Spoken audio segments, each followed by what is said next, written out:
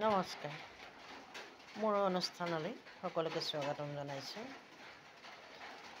আহিছোঁ এটি আলোচনা কৰিম বুলি, শিশু এটিক কেনেকৈ লালিত পালিত কৰিব পাৰিম। জন্মতে শিশুটিয়ে একোৱেই নাজানে, লাহে লাহে শিশুটি ডাঙৰ হ'বলৈ ধৰে। সেই শিশুটিক আমি ভালধৰণে লালন পালন কৰি তেওঁক আমি পৰিচৰ্যা কৰি কেনেধৰণে কি কৰিব লাগে চিন্তা কৰিব লাগে। শিশুটিক আমি সৰুৰ পৰা ভাল মাত কথা শিকাব লাগে, যি মাত কথাই সকলোৰে মন প্ৰাণ কৰি নিব পাৰে। শিশুটোক আমি কেতিয়াও বেয়া শিকাব নালাগে, কাৰণ শিশুৰ শিক্ষাৰ ঘাইকঠীয়াতলী হৈছে ঘৰখন। ওচৰ চুবুৰীয়া পৰিয়াল পাৰজনক কেনেধৰণে আমি ব্যৱহাৰ কৰিব লাগে শিশুটিক শিকাব লাগে।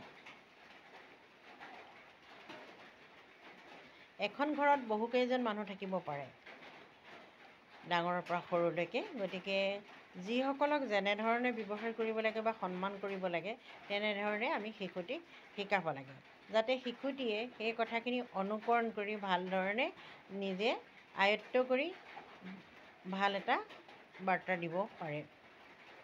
আমি যদি শিশুটিৰ আগত বেয়া কথা বেয়া মাত কৈ থাকোঁ, সেই যে সৰুতে শুনা সাধুটো, ভাটৌ চৰাই সাধুটো, সেইটোৰ নিচিনা হ'ব। আমি যদি শিশুটিক কওঁ ধৰ ধৰ মাৰ মাৰ, শিশুটিয়ে সেইটোৱে শিকিব। সেই যেনেকৈ ভাটৌটোক কৈছিল ধৰ ধৰ মাৰ মাৰ, আৰু পিছত যেতিয়া এজন ভাল মানুহে ভাটৌটোক কৈছিলে আহক বহক নমস্কাৰ, আমিও ল'ৰা ছোৱালীক তেনেধৰণেই শিক্ষা দিব লাগিব। মোবাইলটো আমি ল'ৰা ছোৱালীক এৰি দিব নালাগে, যিহেতু মোবাইলটোত আমাৰ বহুত ভাল বেয়া কিবা থাকিব পাৰে। সেইখিনি আজিকালি ল'ৰা ছোৱালীয়ে সুন্দৰকৈ উলিয়াই চাই থাকিব পাৰে। গতিকে পৰাপক্ষত আমি মোবাইলটোৰ পৰা ল'ৰা ছোৱালীক আঁতৰাব লাগে। আমি বিদ্যালয়লৈ যোৱাৰ লগে লগে শিশুসকলক সাধু কথাকে ধৰি নানান নৈতিক শিক্ষা দিয়াৰ লগতে ওচৰ চুবুৰীয়াৰ পৰা ধৰি গাঁওখনৰ প্ৰত্যেক ব্যক্তিক কেনেধৰণে ব্যৱহাৰ কৰিব লাগে শিকাব লাগে। যদি কোনোবা নগৰ বা মহানগৰত আছে সেই কথাটো আমি নকওঁ, কিন্তু আমাৰ গাঁৱৰ পৰিৱেশবোৰ অলপ বেলেগ। সেইকাৰণে গাঁৱত ধৰক নামঘৰ আছে, নামঘৰলৈ গৈ শিশুটিক কেনেধৰণে নামঘৰত সোমাব লাগে, কেনেধৰণে প্ৰাৰ্থনা কৰিব লাগে, কেনেধৰণে গামোচাখন ল'ব লাগে সেইখিনি শিকাব লাগে।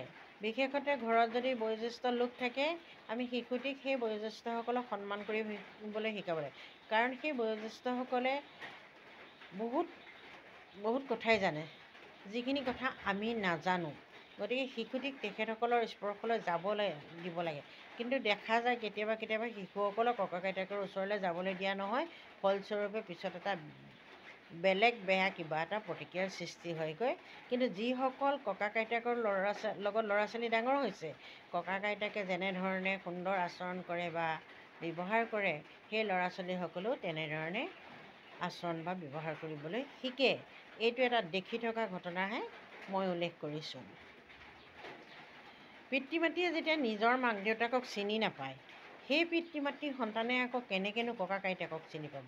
সেইকাৰণে ককাক আইতাক আৰু বেয়া হ'লেও বা ভাল হ'লেও পিতৃ মাতৃয়ে সেই নাতিটোক ককাক আইতাকৰ ওচৰলৈ যাবলৈ দিব লাগে। তেতিয়া ককাক বা আইতাকজনটোতো বহুত অভিজ্ঞ, পুথিগত শিক্ষাৰে অভিজ্ঞতা নহ'লেও জীৱনৰ বাটত বহুতখিনি তেখেতসকল অভিজ্ঞ। সেইকাৰণে তেখেতসকলৰ ওচৰত শিশুটিক যাবলৈ দিব লাগে। অকল ককাক আইতাক বুলিয়ে কোৱা নাই, গাঁৱৰ যিসকল বয়োজ্যেষ্ঠ বা ওচৰ চুবুৰীয়া বয়োজ্যেষ্ঠ যিসকল আছে, সেইসকল আমাতকৈতো বহুত অভিজ্ঞই, বহুততকৈ বহুত অভিজ্ঞ। কাৰণ তেখেতসকলে বহুতো দশক হয়তো পাৰ কৰিছে, দেখিছে কোনটো দশকত কেনেধৰণে আছিলে তেখেতসকলে গম পাব পাৰে। সেইকাৰণে আমি শিশুক পৰাপক্ষত বেয়াটো কেতিয়াও দেখুৱাব নালাগে, সদায় মানে ভাল কিবা এটা কৰিব লাগে। আৰু এটা দ্বিতীয়তে এটা কথা হৈছে শিশুক এনকাৰেজ কৰিব লাগে, যিটো উৎসাহজনক মন্তব্য শিশুটিক আগবাঢ়ি যোৱাত সহায় কৰে। কোনোবা এটা শিশুৱে ধৰক আঁকি ভাল পাইছে, তেওঁক যদি কওঁ বা বৰ ধুনীয়া লাগিছে, তাৰপিছতে কোনোবা এতিয়া গাই ভাল পাইছে, তেখেতকো যদি কওঁ গানটো গোৱাচোন ভাল লাগিছে দেই, ডাঙৰ হ'লে ভালকৈ গাব লাগিব, হয়তো শিশুটি তেতিয়া মনত দুগুণ উৎসাহ পাই আগবাঢ়ি যাবলৈ চেষ্টা কৰে। কিন্তু আমাৰ কিছু কিছু ক্ষেত্ৰত দেখা যায় কেতিয়াবা শিশুসকলক এনেকুৱা ধমকি দিয়া দেখা যায়, সেই কি গাইছ, কি কৰিছ। আচলতে সেইটো হ'ব নালাগে।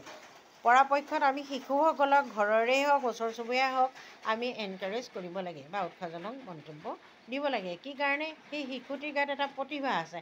সেই প্ৰতিভাটো আমি প্ৰকাশ কৰিবৰ কাৰণে তেওঁলোকক এখন আমি মঞ্চ দিবলৈ চেষ্টা কৰোঁ। মঞ্চ অন্য নহয়, আমাৰ এষাৰো যদি বাক্যই সেই শিশুটিক তেওঁ কৰা কামটো আৰু দুগুণ উৎসাহেৰে কৰিবলৈ উৎসাহ যোগায়, তাতকৈ আৰু কি লাগিছে।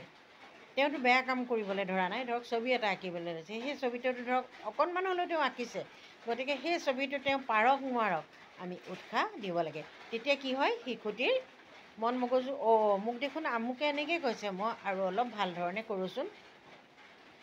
তাৰপিছতে আহিলে শিশুটি যেতিয়া ক'ৰবাত যাবলৈ ওলাইছে, শিশুটিক আমি কেতিয়াও হতাশ কৰিব নালাগে যে তুমি পাৰিবা জানো, নোৱাৰা নহয়। তেনেধৰণে কোৱাৰ লগে লগে তেওঁৰ মনটো কোচ খাই যাব। আমি তেওঁক উৎসাহ দিব লাগিব, যোৱাচোন চাই আহগৈ, অন্য নহ'লেও মঞ্চখন চাই আহগৈ। তুমি পুৰস্কাৰ পোৱাটো ডাঙৰ কথা নহয়, তুমি যে তালৈ যাবা, 10জন ডাঙৰ মানুহক লগ পাবা, তোমাৰ নিচিনা 10জন সমনীয়াক লগ পাবা, তেওঁলোকেনো কেনেকৈ কৰিছে, চাই আহাগৈচোন যোৱা। তেতিয়া শিশুটিয়ে ভাবিব, হয়তো নকওঁ, পুৰস্কাৰ পোৱাটোতো মোৰ ডাঙৰ কথা নহয়, মই যাব লাগে, মই সেই মঞ্চখনত গৈ মোৰ পাৰদৰ্শিতাটো মই প্ৰদৰ্শন কৰিব লাগিব। তেতিয়াহে মই আকৌ দ্বিতীয়খন মঞ্চত গৈ মই উঠি সাহসেৰে কথাটো ক'ব পাৰিম। বৰ্তমান সময়ত দেখা যায় মানুহে উৎসাহ দিয়াতকৈ হতাশাজনক বাক্যবোৰ বেছি।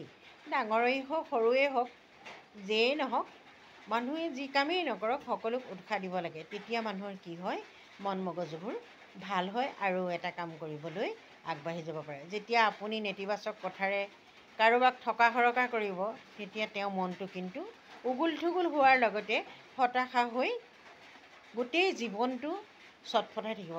মোক দেখোন এনেকৈ ক'লে, কিয় ক'লে। তাতোতকৈ আমি যদি ডাঙৰেই হওক, সৰুৱেই হওক, কাৰোবাক যদি কওঁ, এইটো কিন্তু ভাল হৈছে দেই, কৰকচোন, নিশ্চয় এটা ভালৰ দিশেৰে আগবাঢ়িব। আমি সমাজত সদায় ইতিবাচক দিশেৰেহে আগবাঢ়িব লাগে, নেতিবাচক দিশেৰে নহয়। যিটো দিশত গ'লে আমি এটা ভাল কিবা ফলাফল পাব পাৰোঁ। আপুনি কামটো কৰিব পৰা নাই, কিন্তু আপুনি আগবাঢ়ি যাওক, তেতিয়া আপোনাকে দেখি আৰু 10জন আগবাঢ়ি যাব। পৰাপক্ষত শিশুসকলক বা যুৱক যুৱতী যিয়েই নহওক, সকলোকে আমি এটা ভাল মন্তব্যৰে তেওঁলোকক উৎসাহ দি আগবঢ়াই নিব লাগে। তেতিয়া এখন সুন্দৰ পৃথিৱী দেখিবলৈ পাম। হয়তো এই অৰাজকতাবোৰ নাথাকিব আৰু তাত হয়তো ভাল ভাল কথাৰে ভৰি পৰিব। গতিকে আহকচোন আমি সকলোৱে এটা ইতিবাচক দিশেৰে আমাৰ যাত্ৰা আৰম্ভ কৰোঁ। ধন্যবাদ।